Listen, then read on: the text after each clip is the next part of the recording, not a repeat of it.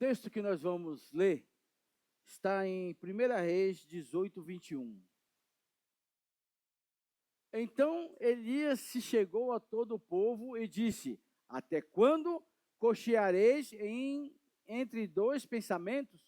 Se o Senhor é Deus, seguiu. Se Baal, seguiu. Porém, o povo lhe não respondeu nada. Eu estava meditando nessa palavra, querido, sobre o sincretismo religioso. Quem sabe aqui me dizer o que é sincretismo religioso? Ou melhor, quem não sabe o que significa sincretismo religioso? Levante a mão, pode levantar. Quem não sabe o que é sincretismo religioso? Oi?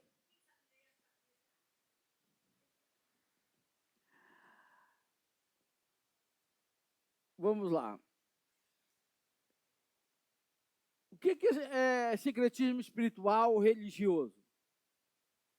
É tentar conciliar algo que é inconciliável. É querer Deus no altar, mas também manter culto a outros deuses.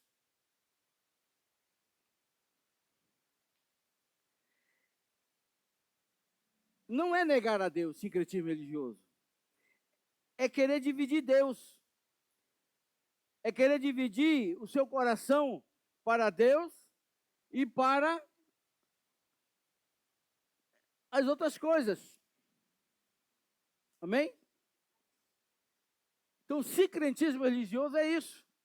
É querer, não é negar a Deus, é querer isso. E Jesus falou lá em Mateus 6 que é impossível servir a dois senhores. Olha que Jesus está falando aqui, já no Novo Testamento, para o povo. É impossível servir a dois senhores. Por quê? Porque ele sabia que o sincretismo traz essa situação, essa divisão.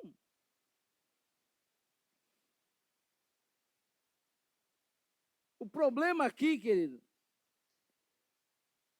não é a questão que o povo estava ali sem saber o que fazer. Não. É que ora eles estavam adorando a Deus e ora eles estavam adorando a Baal. Por quê? Porque bastava faltar alguma coisa, o povo se desesperava. Por que eles estavam ali nesse desespero? Porque justamente nessa época foi a época que Elias profetizou que não choveria na terra durante 3 anos e meio. E não choveu. Então o povo começou a se desesperar. Por quê? Uma hora eles estavam pedindo a Deus, uma hora eles estavam pedindo a Baal. Por quê? Baal era o deus da fertilidade. Então o povo estava passando por fome, um monte de coisa. E aí começou esse sincretismo. Uma hora eles, Deus, me ajuda, manda água. E uma hora, Baal, precisamos de comida. E o povo vivendo isso. Então, nesse contexto, está um povo dividido. Uma hora querendo ao Senhor e uma hora querendo a Baal. O povo, querido, eles não haviam abandonado o Senhor completamente. Eles ainda diziam, o Senhor é Deus, mas também diziam, Baal pode ajudar. Estão entendendo?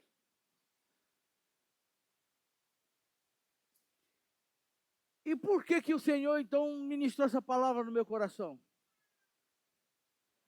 Porque, nos nossos dias atuais, as coisas não estão diferentes do que esse povo viveu lá atrás. Estamos vivendo esse sincretismo dentro das igrejas.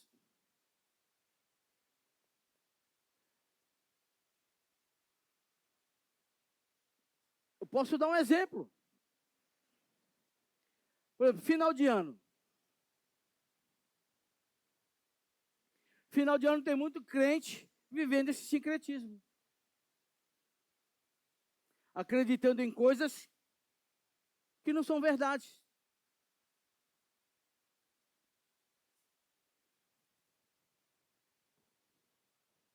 E a Bíblia fala que o meu povo perece porque lhe falta o conhecimento.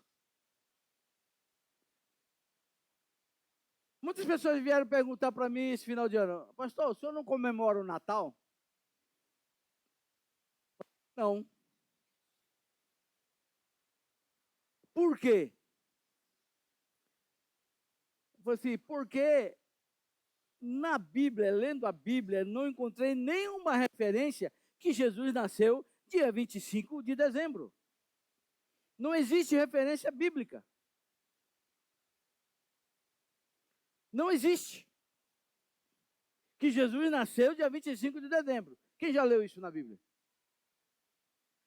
Alguém leu? Ou quem já leu a Bíblia aqui?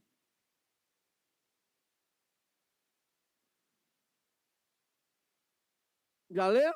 Miguel já leu? Tem referência na Bíblia que Jesus nasceu dia 25? Não tem.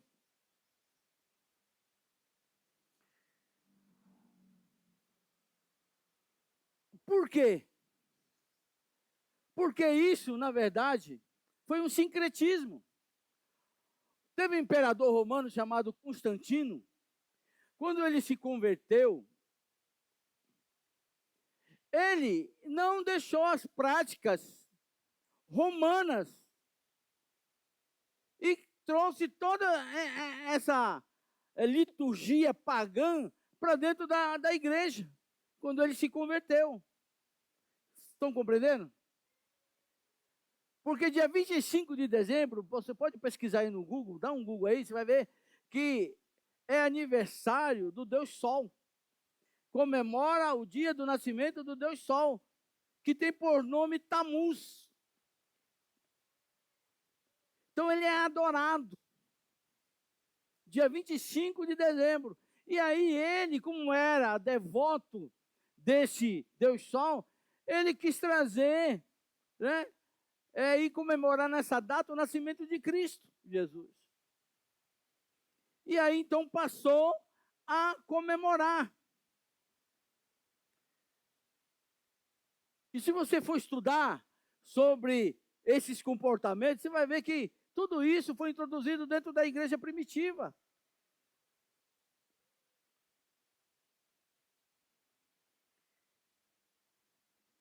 E aí então as pessoas começam a dar Feliz Natal. E eu vi um pastor falando, um teólogo falando, que quando você deseja Feliz Natal para a pessoa, você está amaldiçoando a vida dela, na verdade.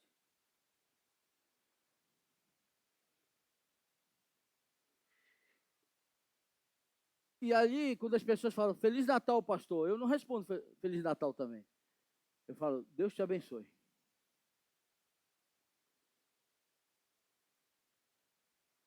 Então, tem pessoas vivendo esse secretismo. Eu sempre ministrei, e esse ano eu não fiz isso, mas eu sempre ministro sobre essa questão de não comemorar o Natal. Por que eu não comemoro? Eu tenho minhas convicções, não encontrei na Bíblia respaldo para comemorar o Natal. Amém? Armar a árvore de Natal, por exemplo. Aonde que está na Bíblia sobre árvore de Natal? Colocar presente debaixo da árvore. Isso é paganismo, querido. É idolatria, é sincretismo religioso. E o pior, tem igrejas que colocam uma árvore de Natal em cima do púlpito.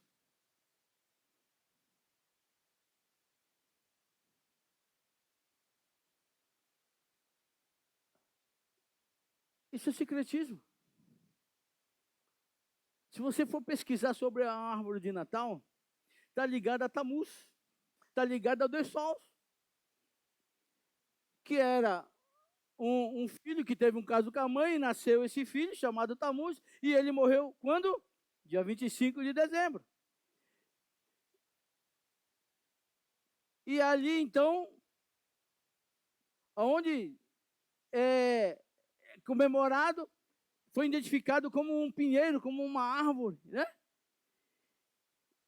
E diz a história que todo dia do aniversário ele vinha debaixo daquela árvore receber ou pegar os presentes que as pessoas ofereciam a ele. E aí por isso que é costume, né, das pessoas colocar os presentes debaixo da árvore de Natal. Você vai em casa de pessoas aí, você vê um monte de presente debaixo da árvore de Natal. Quem já viu isso? Não é? Não é costume? É bonito, não é? É bonito. Mas não é algo que glorifica a Deus. Quando eu viajei para Israel, e aí você sobe lá no Monte das Oliveiras, no Monte das Oliveiras dá para você ver toda a cidade de Jerusalém. E o que destaca lá do Monte das Oliveiras, quando você olha para a cidade de Jerusalém? O que está em destaque? A cúpula dourada, ou o domo da rocha. É lindo, querido, mas não pertence a Deus. É um lugar de idolatria. É lindo, lindo, mas não é algo que pertence a Deus. Estão compreendendo? Então, esse sincretismo nós vivemos nos dias de hoje. E tem pessoas vivendo. Pasmem vocês, tem pessoas cristãs que, quando chega em outubro, se eu não me engano, tem uma data específica, ela arma a árvore de Natal, porque se não armar, já começa a dar ruim para ela. E tem o dia de armar e tem o dia de desarmar. O dia de desarmar eu sei porque coincidia com o aniversário do meu pai, 6 de janeiro, dia de Reis.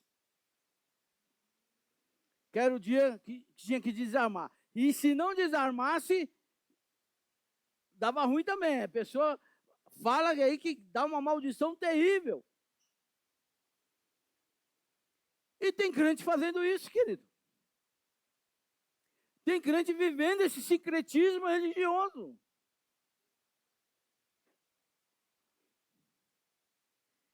Então o povo, ele queria que Deus abençoasse algo que ele não compactuava.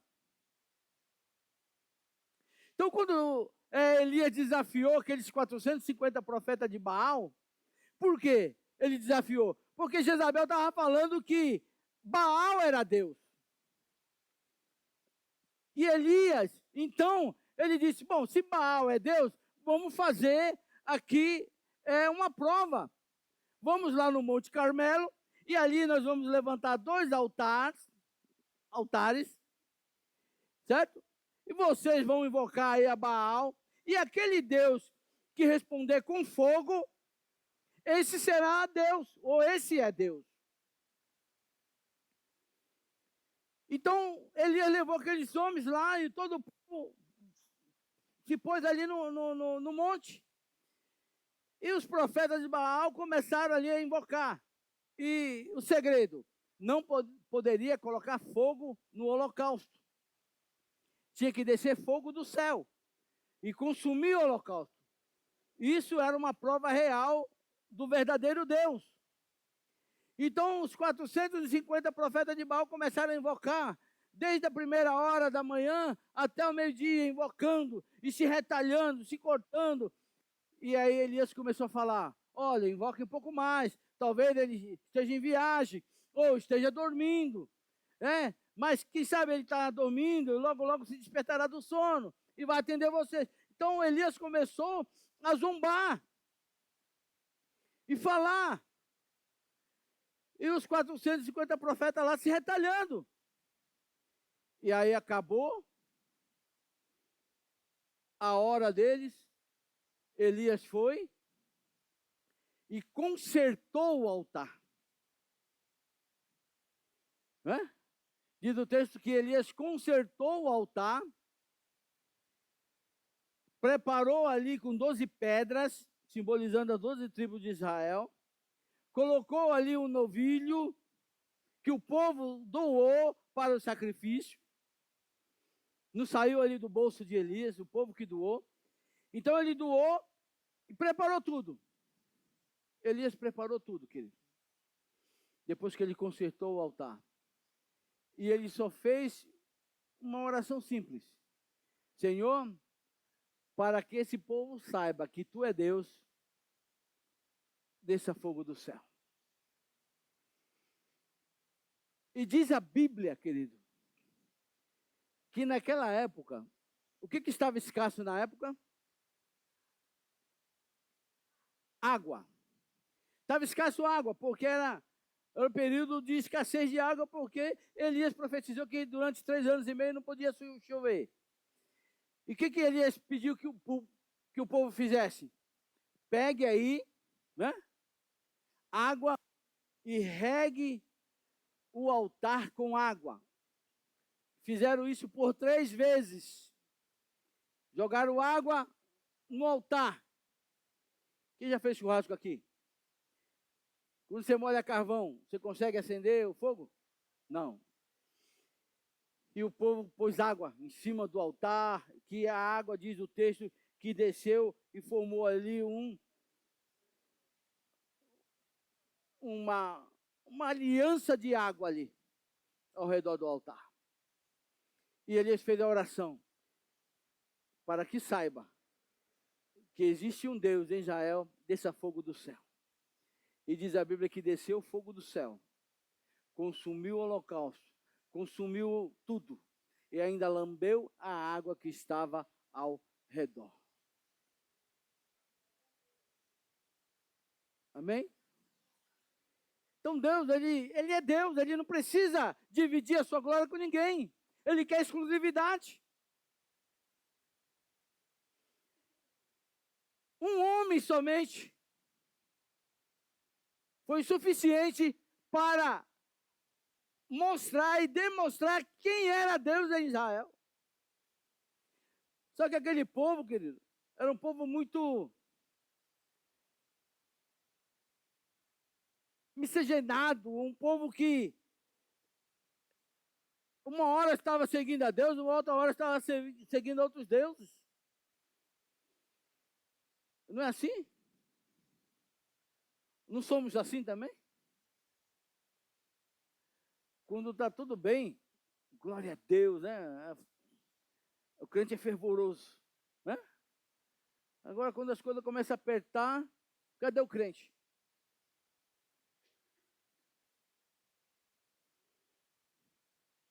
Não é verdade? É verdade ou não é? Por exemplo, quando nós estamos com dinheiro no bolso, está tudo bem. Começa a diminuir o dinheiro um pouco no bolso, começa a vir a preocupação. O dinheiro some do bolso, meu Deus do céu.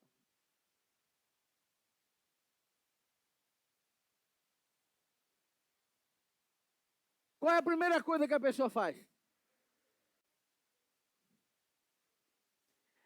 É focar o olhar dinheiro.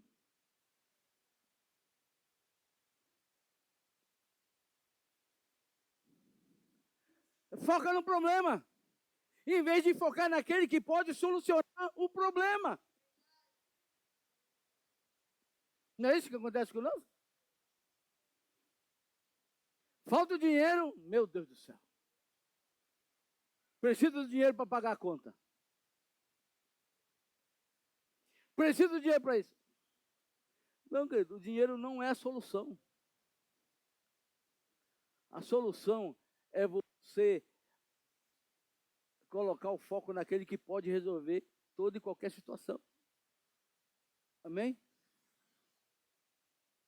E se eu te disser que Deus ele tem dinheiro na boca do peixe para mudar a história da tua vida? Jesus inaugurou o primeiro caixa eletrônico, querido. O primeiro caixa eletrônico que inaugurou foi Jesus. Foi Pedro. Jesus falou para Pedro, Pedro, vai lá no caixa eletrônico e pega uma moeda que está lá. Não foi isso? E Pedro foi, obedeceu.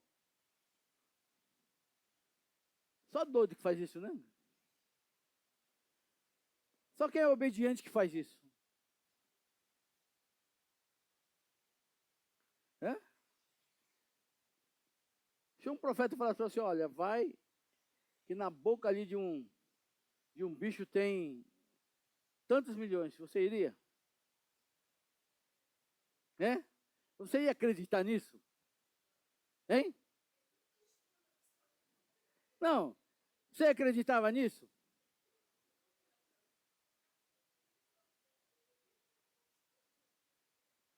A Bíblia não fala que peixe que era, mas era um peixe. De repente era um bagre. Pode ser.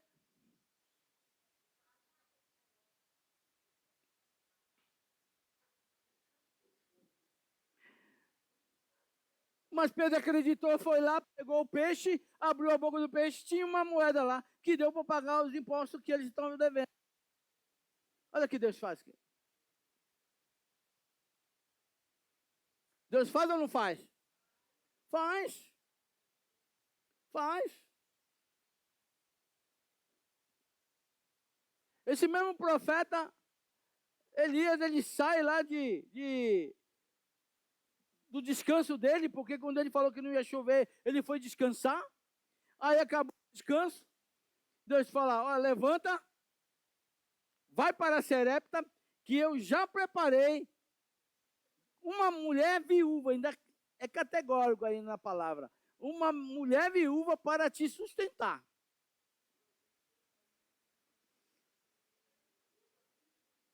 Quem iria? Quem iria? É? Qual pai de família aqui que Deus falasse para ele, olha, sai daqui, vai para tal lugar que eu já preparei tudo. Deixa tudo aqui, não leva nada. Vai com a roupa do corpo que eu já preparei tudo. Qual pai de família que iria?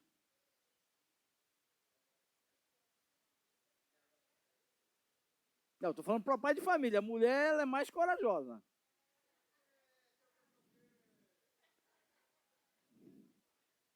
Mulher, se falar, se o marido falar, vamos para tal lugar, opa, contigo. É ou não é? É verdade ou não é? É.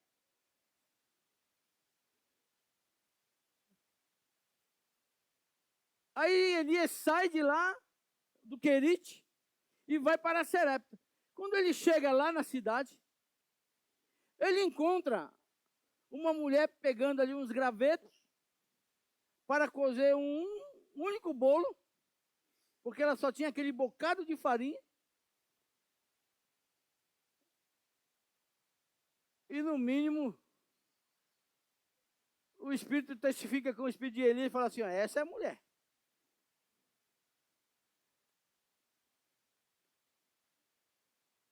E aí Elias fala, me dá água. Tem. O que eu tenho aqui é esse bocado de pouquinho de farinha aqui, que eu estou pegando uns gravetos aqui para fazer uma fogueira para me assar o bolo para comer eu e meu filho e depois morrer. O profeta fala uma coisa que a nossos olhos é insano, né? Fala, vai, faz primeiro para mim. Não é? Você iria, Deise? Só tinha esse pouquinho de trigo aí para você fazer um bolo para você, para a Duda. Aí o profeta fala assim, ó, faz primeiro para mim. Você faria isso? Difícil, né? Deus pede umas coisas difíceis, né? Mas ele pede, sabe para quê? Para provar a nossa fé. É para testar a nossa fé. Mas infelizmente, querido, o sincretismo veio para querer duelar com Deus.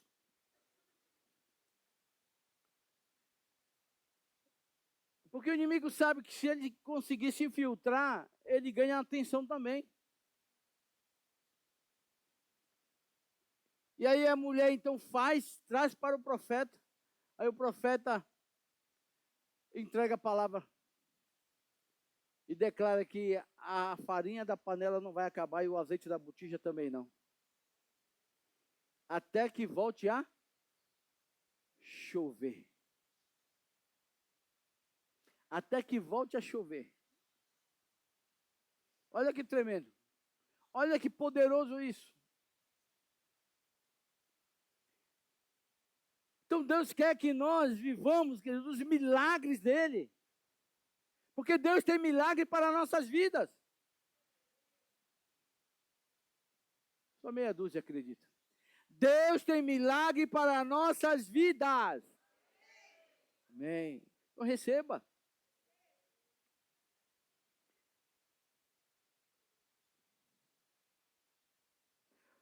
O sincretismo na forma de hoje, da forma moderna. Hoje nós não temos Baal como estátua. Temos fé em Deus e a superstição.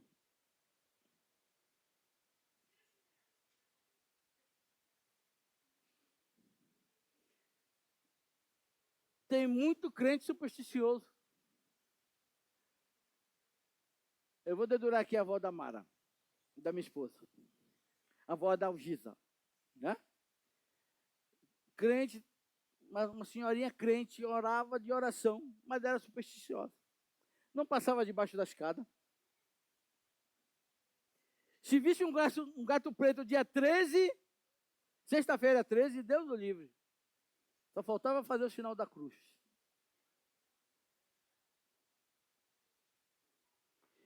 Tinha essa superstição, né? De não tomar café e pentear cabelo. Tomar café quente e pentear cabelo, de que podia dar um troço. Que mais, amor? Que ela tinha? Ah, de que não podia colocar não sei o que atrás da porta, que dava azar. Chinelo virado, sabe? Ela tinha umas coisas assim que, meu Deus do céu. Superstição.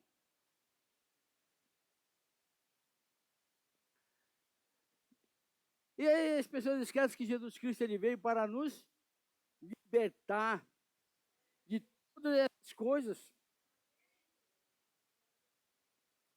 Oração, mas simpatia.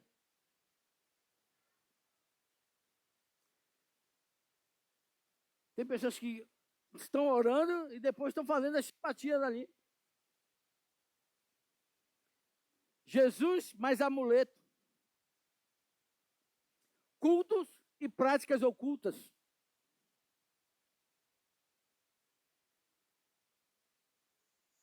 Cruz e meio espiritual. Tem pessoas aqui, querido, no nosso meio mesmo, chamar a pessoa para ir ali expulsar um demônio, misericórdia.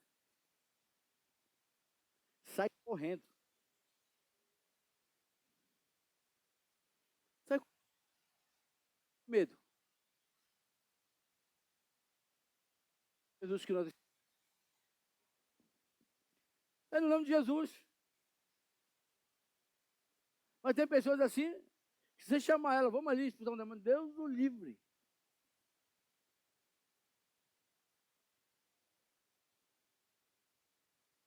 Mas a palavra do Senhor diz, resistir a Deus, sujeitai-vos a Deus, resistir o diabo e ele fugirá de vós. O diabo foge de você, querido.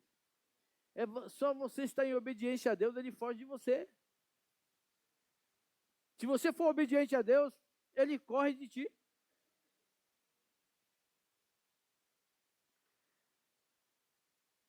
Tudo isso, querido, é uma idolatria disfarçada de religiosidade.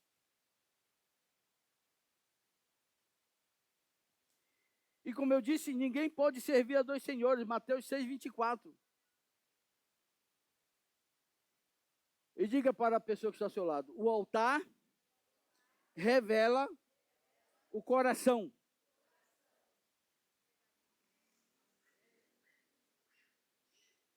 E a pergunta é, como está o teu altar?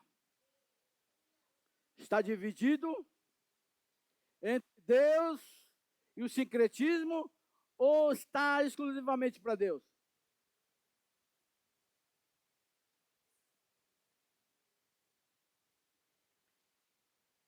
Porque antes do fogo cair, precisa restaurar o altar. Senão o fogo não cai. O altar, ele fala de prioridade. Quem tem sido a prioridade em tua vida?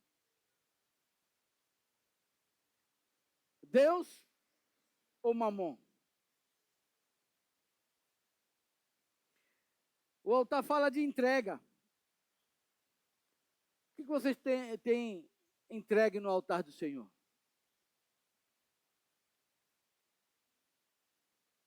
O animal perfeito ou o aleijado? Porque às vezes nós só queremos dar o aleijado para o Senhor. O altar, ele quer exclusividade. Elias, ele poderia muito bem pegar aquele altar lá que os profetas de Baal estavam ali, pegando ali e se retalhando, e feito o sacrifício dele ali. Não, ele ergueu um novo altar. Um novo altar. Colocar 12 pedras, arrumar o altar, colocar água. Por quê? Porque Deus, ele quer exclusividade. Cai onde há aliança verdadeira. E Deus, querido, ele não responde em altar dividido. Tenha isso em sua mente. Deus não vai responder com fogo a tua oração se o altar estiver dividido. Porque ele quer exclusividade. Amém? Então, a pergunta ou a palavra examine o altar. O que está ocupando esse altar? Deus ou as outras coisas do mundo?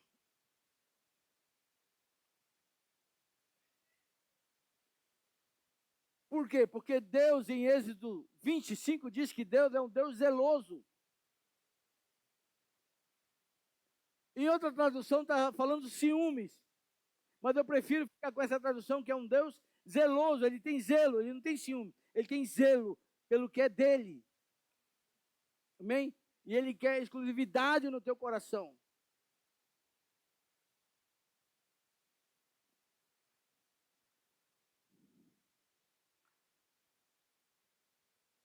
E a pergunta é, como está o teu coração?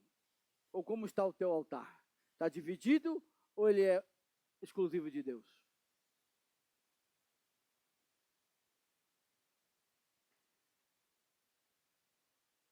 Ah, pastor, mas esse ano eu já armei minha árvore de Natal. Se arrependa. Peça perdão para o Senhor.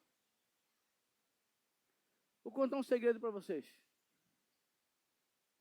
A Bíblia fala que Deus, ele não leva em conta o tempo da ignorância, certo? Mas quando você é conhecedor, aí as coisas começam a complicar para o teu lado. Certo? Quando eu casei, a Mara, ela gostava de armar árvore de Natal. E eu nunca gostei. Porque minha mãe, ela tinha esse princípio. Ela não gostava, ela falava, filho, isso daí não é de Deus. Árvore de Natal, Jesus não nasceu dia 25. Então minha mãe, ela já falava isso para mim. Então quando eu casei, a Mara, ela gostava, porque a mãe dela gostava disso também. Ela era irmãs. Aí, passado o tempo, o Senhor foi ministrando nossas vidas. Fiz um curso com o apóstolo Géser. Explicava sobre isso. Então isso só foi mais fortalecendo as minhas convicções. E quando nós vamos isso, ou né, participávamos dessas coisas, até de Papai Noel eu me vesti uma vez. O Abner, acho que ele tinha uns 7 anos, né? 6 anos. O Abner era pequeno. Quando ele me viu, ele tremia. Chorava de medo. Ele nunca gostou. E nunca mais, depois daquela vez, nunca mais me vesti de Papai Noel. E o Senhor, então, começou a ministrar o nosso coração. Mas o que o Senhor me fez lembrar? Que enquanto eu praticava isso, era Natal, janeiro, era dezembro, janeiro, fevereiro e março, num perrengue terrível.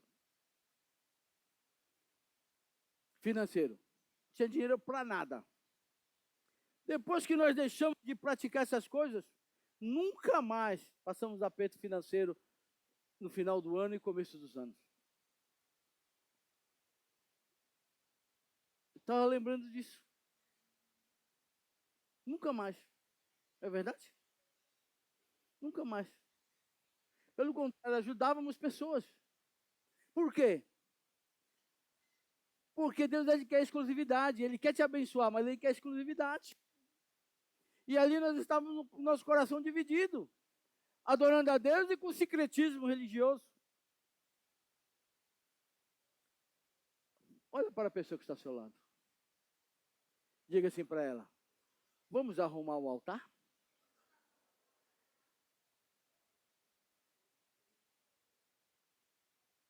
Amém? Então Deus, Ele quer exclusividade. Exclusividade, querido.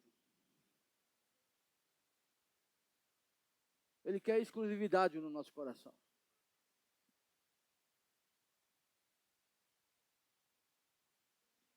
Então fique de pé. Nós vamos orar agora, pedindo perdão, Senhor. Se em algum momento da sua vida você praticou isso, armou árvore de Natal. Amém?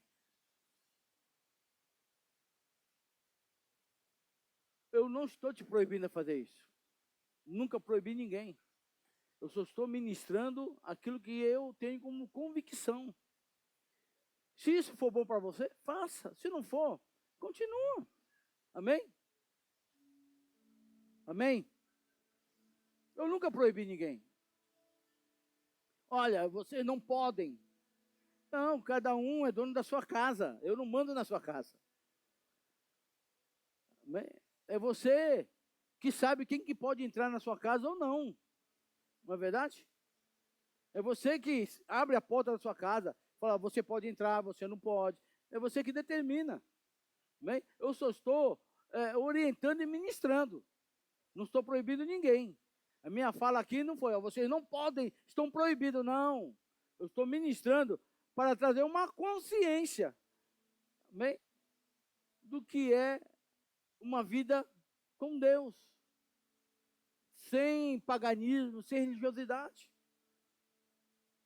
Por que eu falo isso? Meu pai é muito religioso. Foi coroinha na igreja católica. Mas ele se converteu. Mas mesmo assim ainda tinha algumas práticas religiosas. E o Senhor foi libertando ele.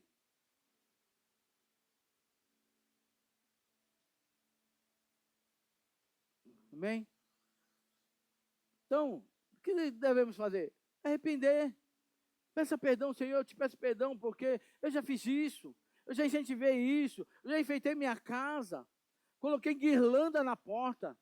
Guirlanda, querido, é um portal para espíritos. Depois pesquisa lá sobre guirlanda. Qual a origem da guirlanda? Qual a origem do Papai Noel? O Papai Noel é uma mentira. É uma mentira. Papai dos meus filhos sou eu que dou presente, eu que tenho que trabalhar para dar presente. Não existe um velhinho que desce pela chaminé e entrega o presente, não. Isso é uma mentira. Aí você ensina essa mentira para o teu filho e ele acredita. Aí quando chega uma idade, você tem que desconstruir essa mentira. Porque ele vai descobrir que isso era mentira. Isso pode ser prejudicial para a vida dele. Ele fala assim, meu pai é mentiroso. Aí quando ele mente, você quer corrigir. Sendo que você mentiu aí todo final de ano para o teu filho. Que o Papai Noel ia trazer o presente dele. Não é verdade? Quantas mentiras sutis assim, ó. Que o povo nem percebe. Mas isso pode prejudicar a vida aí muito dos nossos filhos. Amém? Então vamos orar ao Senhor.